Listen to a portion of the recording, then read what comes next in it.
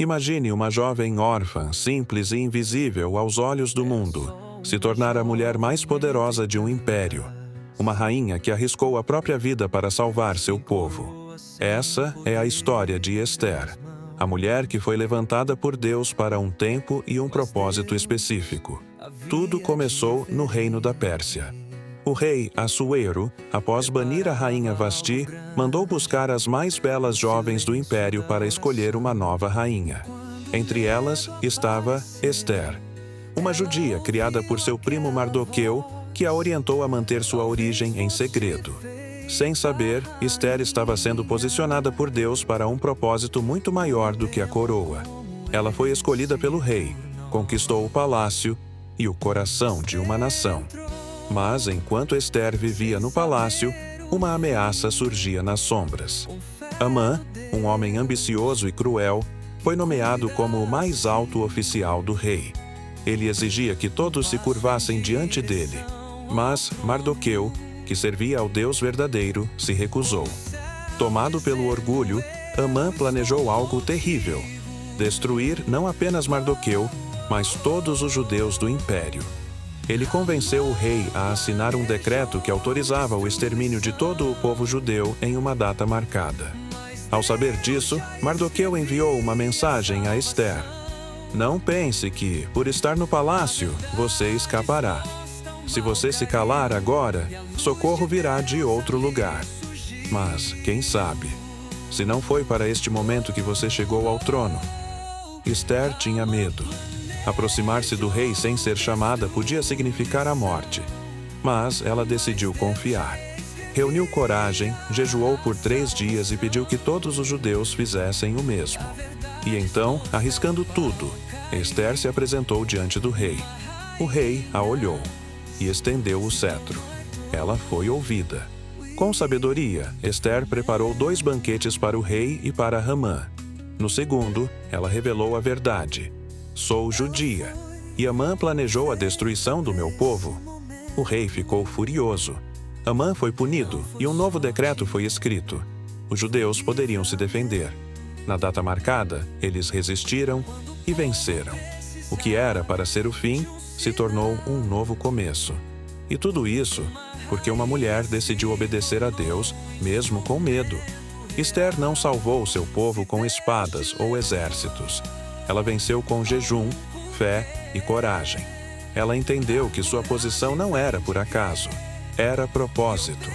A história de Esther nos ensina que Deus nos levanta para momentos específicos, que a coragem não é ausência de medo, mas agir apesar dele. E que quando confiamos em Deus, mesmo o impossível se torna caminho.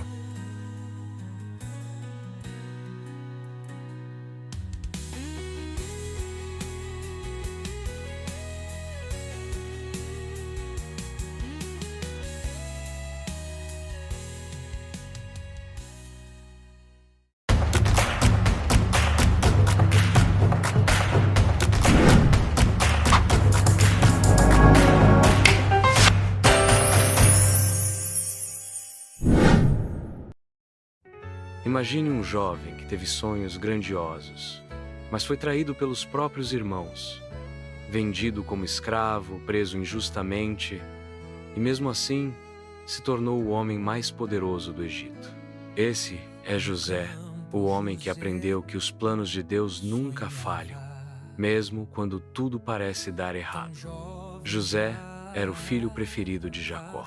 Ganhou uma túnica especial e despertou a inveja de seus irmãos. Mas o que mais irritou os irmãos foi o que Deus mostrou a José em sonhos. Ele via feixes de trigo se curvando diante dele, e até o sol, a lua e as estrelas se inclinando perante ele. Para eles, aquilo era arrogância. Para Deus, era destino. Cegos pelo ódio, os irmãos planejaram matá-lo, mas acabaram vendendo José como escravo para mercadores que iam para o Egito. E lá, ele foi comprado por Potifar, um oficial do faraó. Mesmo como escravo, José permaneceu fiel a Deus. Tudo que ele fazia prosperava. O Senhor estava com José, e ele prosperava em tudo o que fazia. Gênesis 39:2.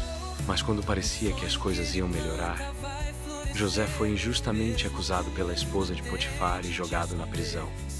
Anos se passaram. Ele poderia ter desistido, poderia ter se revoltado, mas ele continuou confiando, continuou servindo. Mesmo preso, Deus estava com ele. Então, um dia, o faraó teve um sonho misterioso que ninguém conseguia interpretar. E o copeiro, o qual José interpretou o sonho na prisão, lembrou de José. Ele foi tirado da prisão às pressas. E diante do homem mais poderoso do mundo, José disse: "Não está em mim, mas Deus dará ao faraó uma resposta de paz." Gênesis 41:16. José interpretou o sonho. Viriam 7 anos de fartura, seguidos de 7 anos de fome, e propôs um plano para salvar o Egito. O faraó viu sabedoria em José e disse: "Poderíamos achar alguém como este, em quem há o Espírito de Deus?" E naquele dia, José foi feito governador do Egito, segundo no trono, do calabouço ao palácio. Durante a fome, seus irmãos vieram ao Egito em busca de alimento. Eles não reconheceram José, mas ele os reconheceu. E ao invés de vingança, José ofereceu perdão. "Vocês intentaram o mal contra mim, mas Deus o transformou em bem, para salvar muitas vidas." Gênesis 50:20. A história de José nos ensina que o processo pode ser doloroso, mas o propósito é maior. Que mesmo quando somos traídos, esquecidos ou injustiçados, Deus ainda está trabalhando. Você pode não entender agora, mas se permanecer fiel, lá na frente você vai olhar para trás e ver: Deus nunca te abandonou. Ele estava guiando tudo.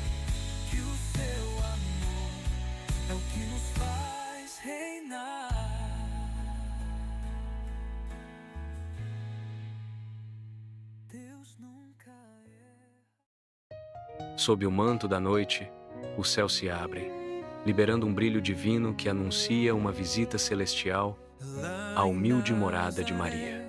Anjo desce, luz divina em Maria. No santuário tranquilo de sua casa, Maria, um retrato de simplicidade e humildade, torna-se o ponto focal de um encontro divino.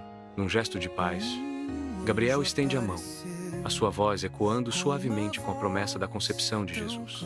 Perante a revelação divina, Maria aceita o seu destino com humildade. "Eis aqui a serva do Senhor." No momento de entrega total, Maria declara: "Que aconteça comigo conforme a tua palavra." A cada milha que passa, o cansaço de Maria aumenta. Sua condição delicada, um forte lembrete dos sacrifícios exigidos pelo destino.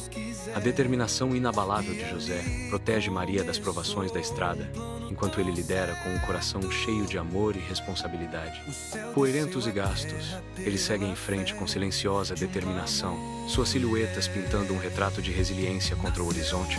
A esperança diminui à medida que estalagem após estalagem nos rejeita, cada porta fechada ecoando a realidade de partir o coração. Não há vaga nas estalagens. No coração de Belém, a dura verdade ressoa, deixando Maria e José abandonados, sua jornada culminando em uma busca desesperada por abrigo. Em meio à presença gentil dos animais, Maria se prepara para dar à luz a Jesus, seu rosto refletindo tanto apreensão quanto profunda esperança. Em um momento de significado divino, o estábulo se enche de luz etérea quando Jesus nasce, marcando o início de uma jornada transformadora. Num gesto de amor eterno, Maria deita Jesus numa manjedoura simples, selando um momento de pura devoção. O céu, testemunha silenciosa, celebra o nascimento do Salvador, ecoando a promessa de esperança e redenção. De repente, o céu noturno é violado por uma luz intensa, anunciando uma revelação divina que ecoará através dos tempos. Em meio ao brilho celestial, um anjo surge, sua forma radiante e imponente, portando uma mensagem que mudará o destino da humanidade. Em um sussurro que ecoa como um trovão celestial, o anjo proclama: "Não tenham medo. Eu trago boas novas de grande alegria." Em uma sinfonia de luz e som, os anjos proclamam: "Glória a Deus nas alturas, e paz na terra, boa vontade para com os homens. Os campos abaixo são banhados por uma luz suave e dourada, enquanto a proclamação angelical promete esperança e boa vontade à humanidade. Um laço profundo e silencioso se forma entre eles enquanto a estrela brilha com um brilho sobrenatural, sinalizando um destino ainda por se revelar. A estrela pulsa como se estivesse viva, sua luz radiante uma promessa de esperança e revelação na silenciosa extensão da noite. Cada passo os leva para mais perto do destino, seus rostos gravados com expectativa e determinação inabalável enquanto seguem o farol celestial. As terras antigas sussurram contos de profecia. Seus corações ressoam com a promessa de um encontro monumental na humilde cidade de Belém. Em um profundo ato de reverência, eles se ajoelham diante do menino Jesus, com o coração cheio de adoração, ouro, incenso e mirra. O nascimento de Jesus marca o amanhecer do maior amor que o mundo já conheceu. Um momento profundo de amor e admiração se revela, preparando o cenário para uma história que transformará a humanidade para sempre.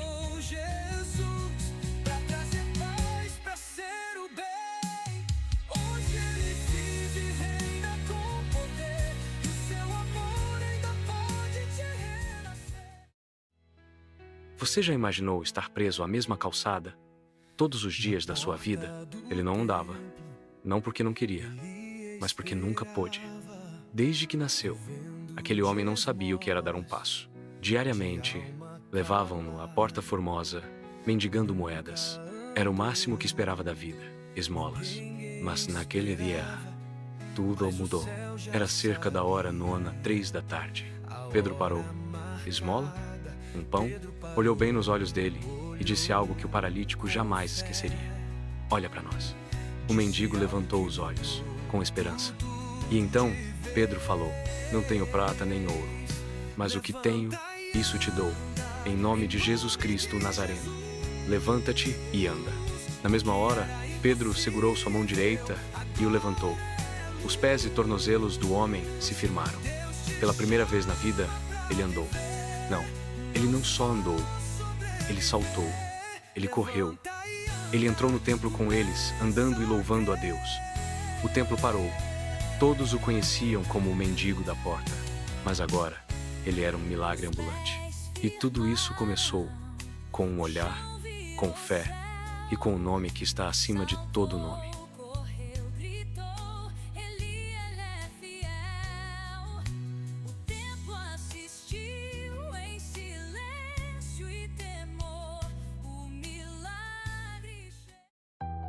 Imagine um mundo onde tudo parecia perdido. As pessoas viviam como se Deus não existisse, fazendo o que era mal aos seus olhos, dia após dia. Mas em meio a tanta escuridão, havia um homem que andava com Deus. Seu nome era Noé. Deus viu que o coração da humanidade estava cheio de maldade. A violência cobria a terra como uma sombra. Foi então que Deus tomou uma decisão difícil, limpar a terra e recomeçar. Mas ele não faria isso sem deixar uma chance de salvação. E essa chance teria o nome de uma arca. Deus falou com Noé: construa uma arca de madeira, com andares e compartimentos, porque em breve enviarei água sobre a terra, um dilúvio para destruir tudo que tem fôlego de vida. Mas com você farei a minha aliança. Sem hesitar, Noé começou a obra. Enquanto todos riam e zombavam, ele martelava. Enquanto o céu ainda era azul, ele seguia obedecendo. Foram anos de construção, anos de fé sem evidências visíveis. Noé não apenas construiu a arca, ele também pregou alertando a todos sobre o que estava por vir. Mas ninguém quis ouvir. Quando a arca ficou pronta, Deus chamou os animais, 2 a 2, macho e fêmea, de cada espécie. Leões, pássaros, bois, serpentes. Todos entraram obedientes.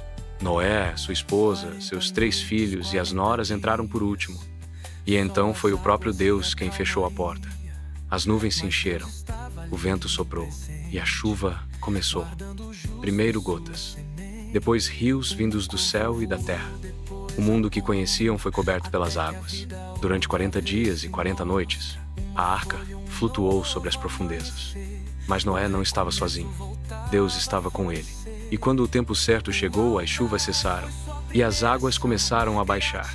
Meses se passaram. Noé soltou um corvo, depois uma pomba. A cada retorno, um sinal. Até que, um dia, ela voltou com uma folha de oliveira no bico. Vida, esperança, terra firme. Quando finalmente saíram da arca, Noé construiu um altar e Deus fez uma promessa: nunca mais destruirei a terra com um dilúvio. Como sinal dessa aliança, Deus colocou no céu um arco, íris lembrança eterna de que a misericórdia dele é maior do que o juízo. A história de Noé nos ensina que mesmo quando o mundo desmorona, a obediência e a fé em Deus são suficientes para construir um novo começo. Deus constrói contigo a salvação.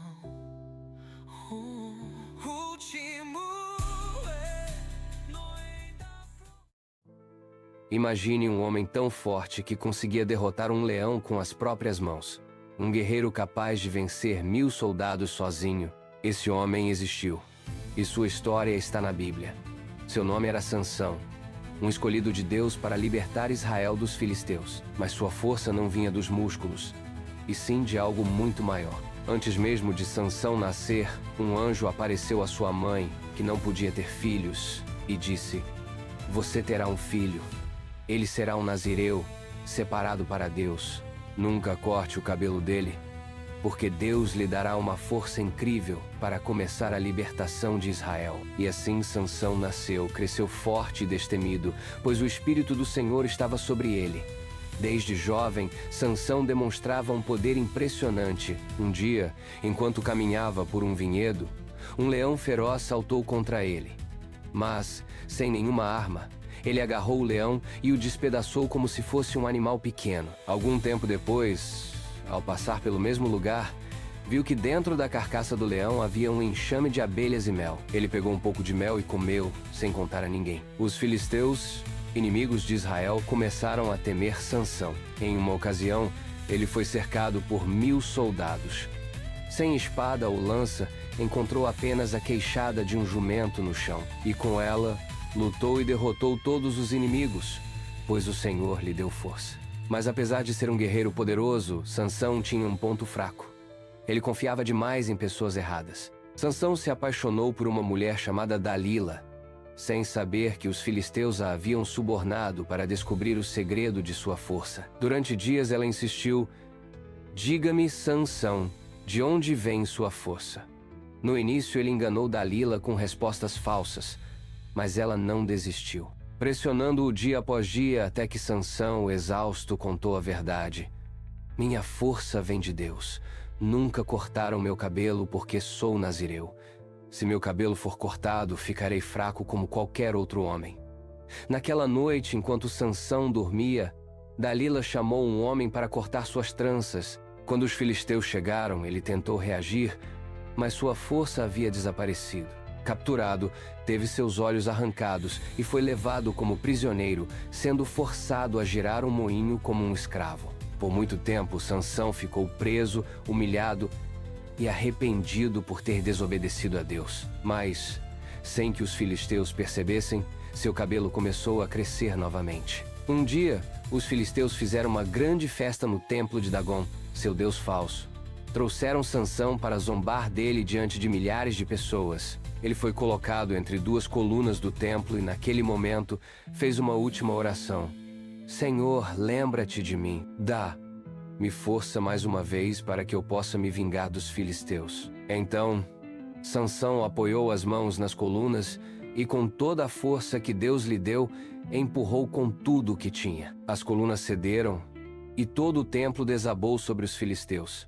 Naquele dia, Sansão derrotou mais inimigos do que em toda a sua vida.